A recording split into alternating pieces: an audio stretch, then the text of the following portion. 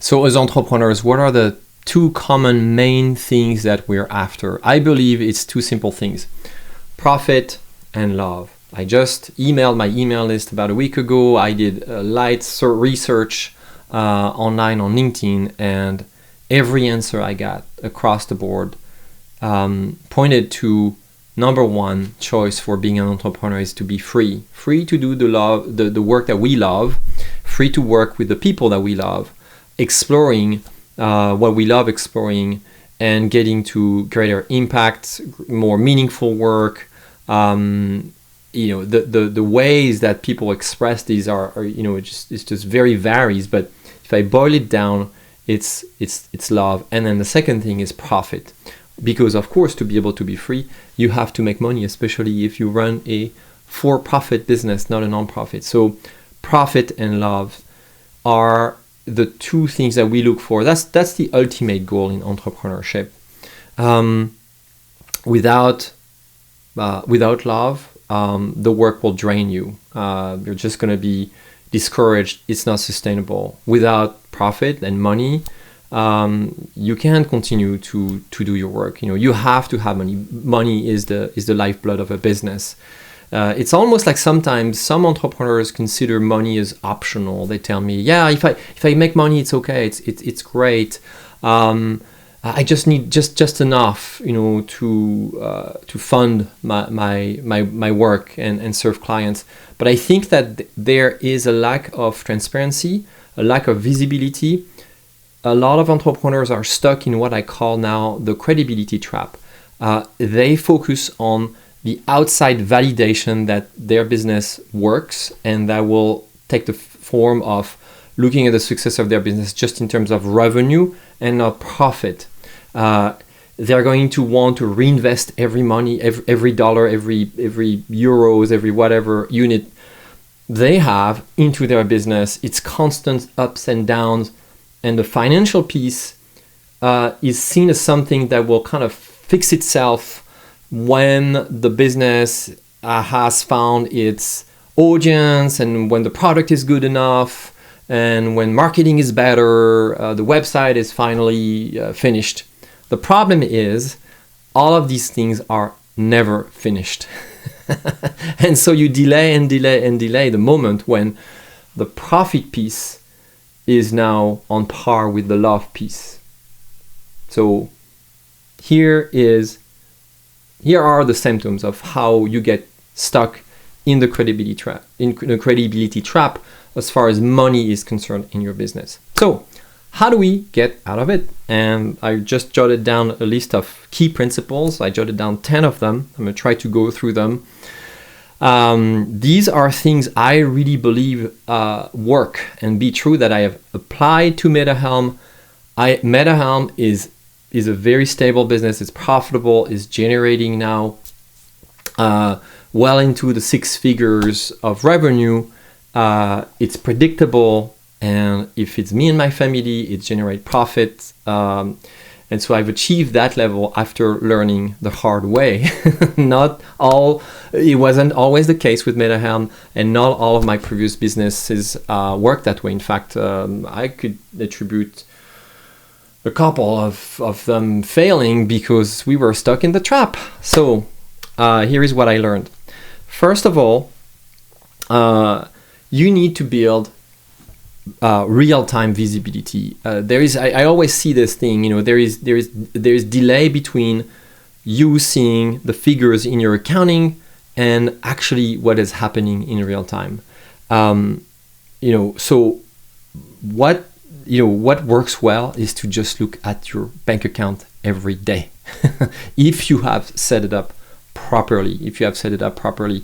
But real-time visibility is kind of,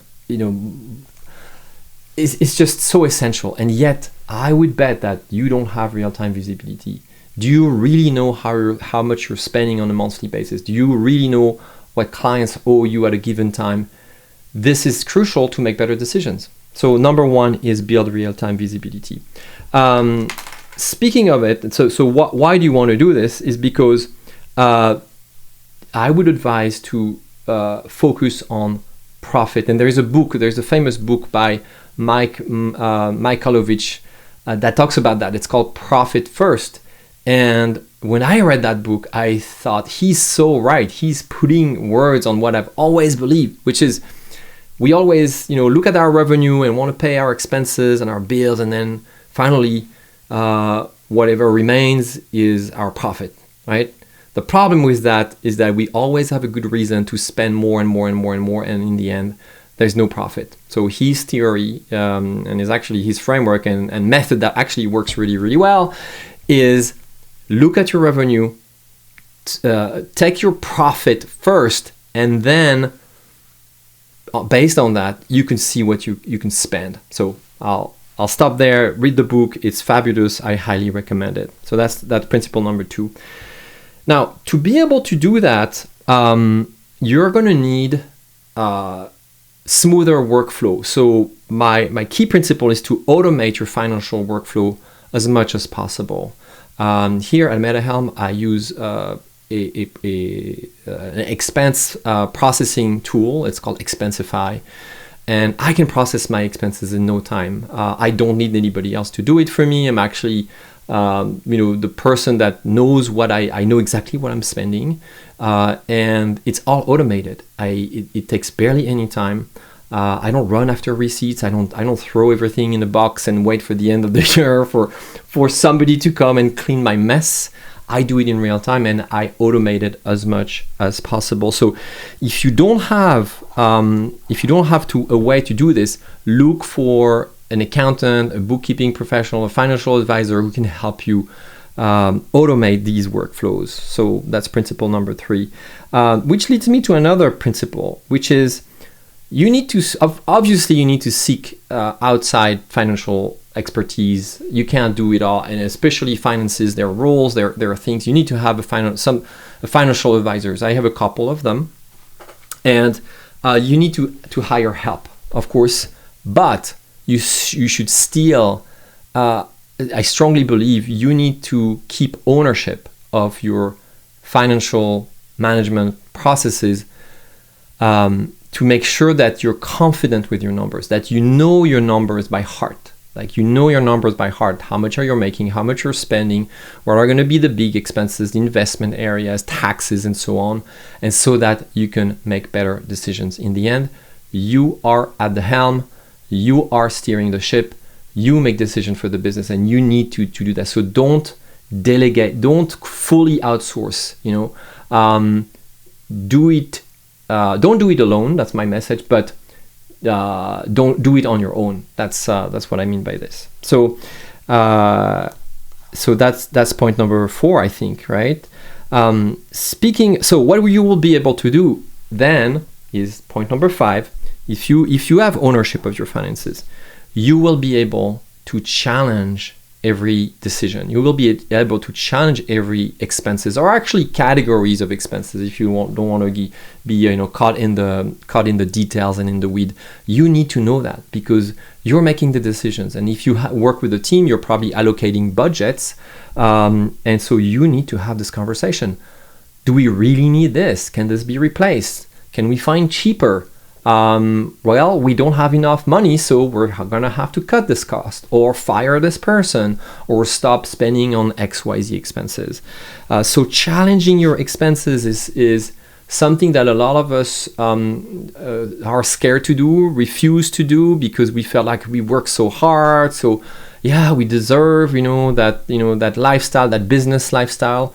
And I think this truly gets you stuck in believing that your business is successful when it's not successful, in fact.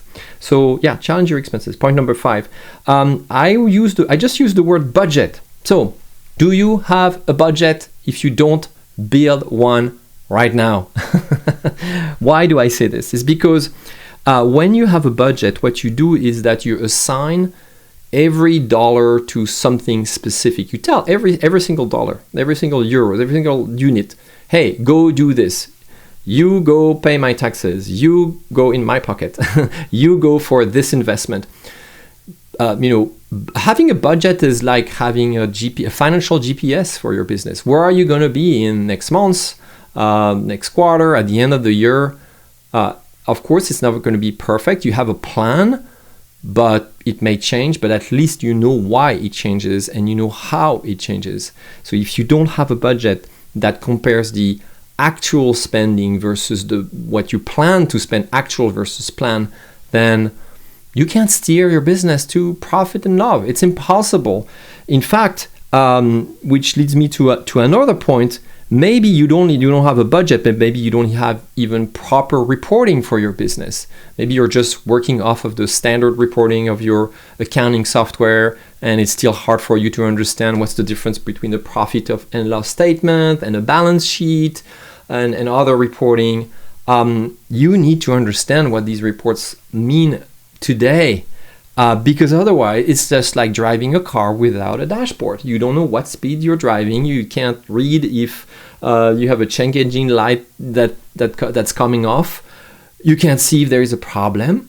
So the reporting needs to be reporting that works for you, not just for your accountant. It ties back to my principle of don't fully outsource accounting. You need to own accounting. You need to understand. Build a dashboard that works for you. Seek help to build that dashboard.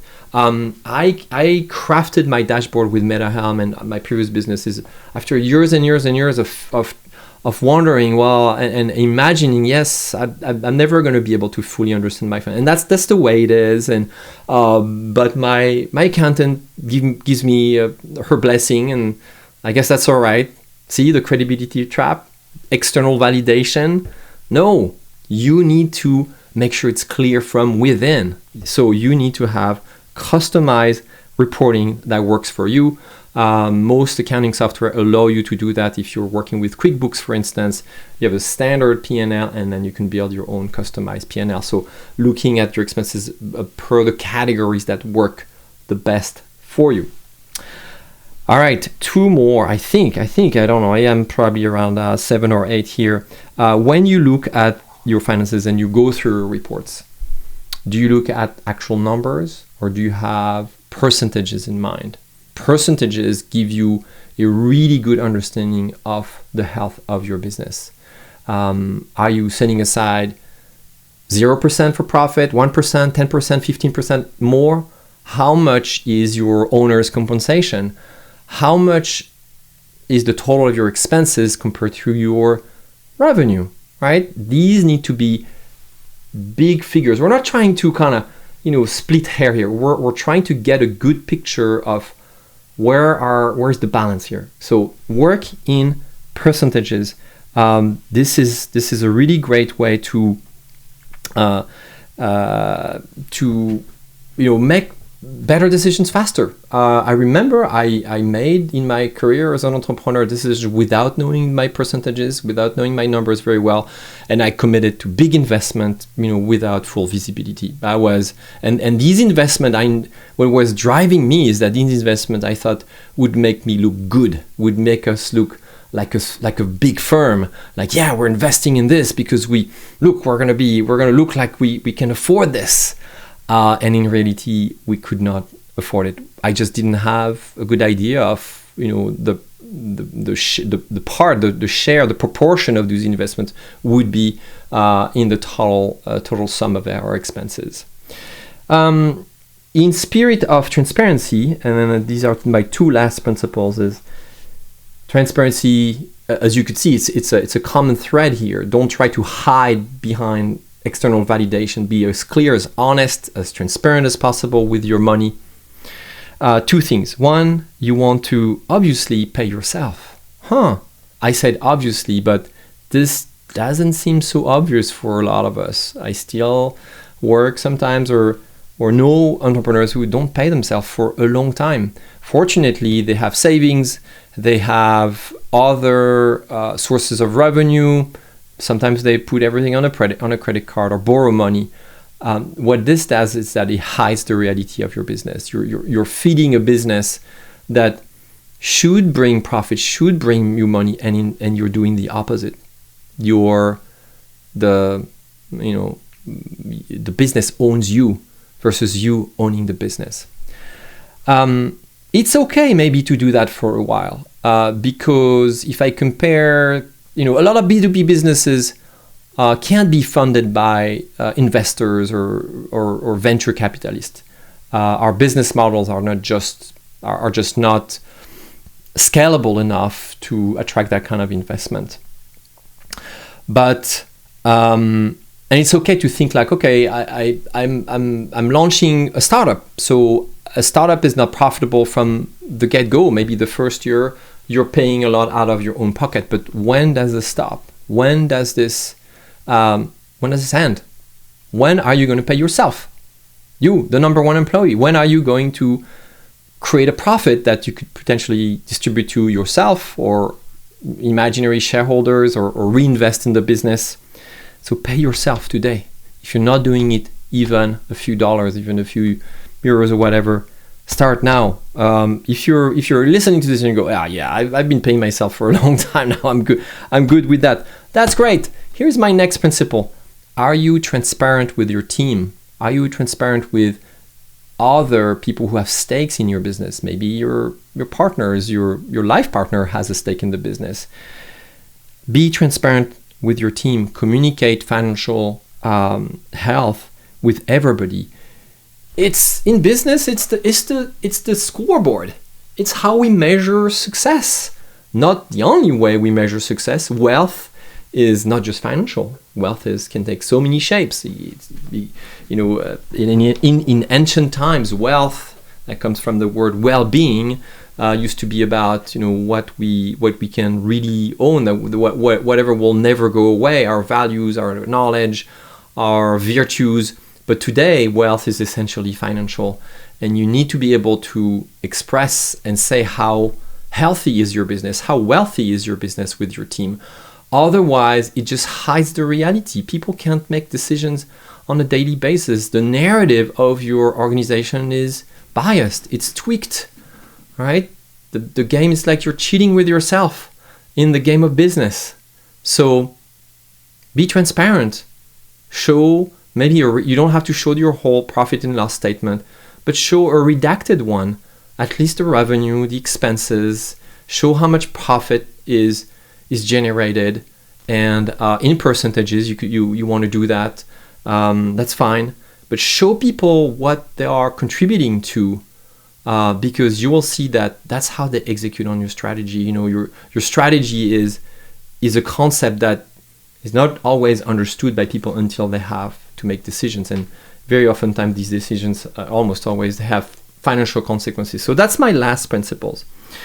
My last financial principle: to avoid the credibility trap as far as money is concerned in a business, so that you can build a business that builds profit and that brings you joy because you have freedom to do what you love. I hope this was clear, and I'm always interested in your comments and questions. Thank you so much for listening.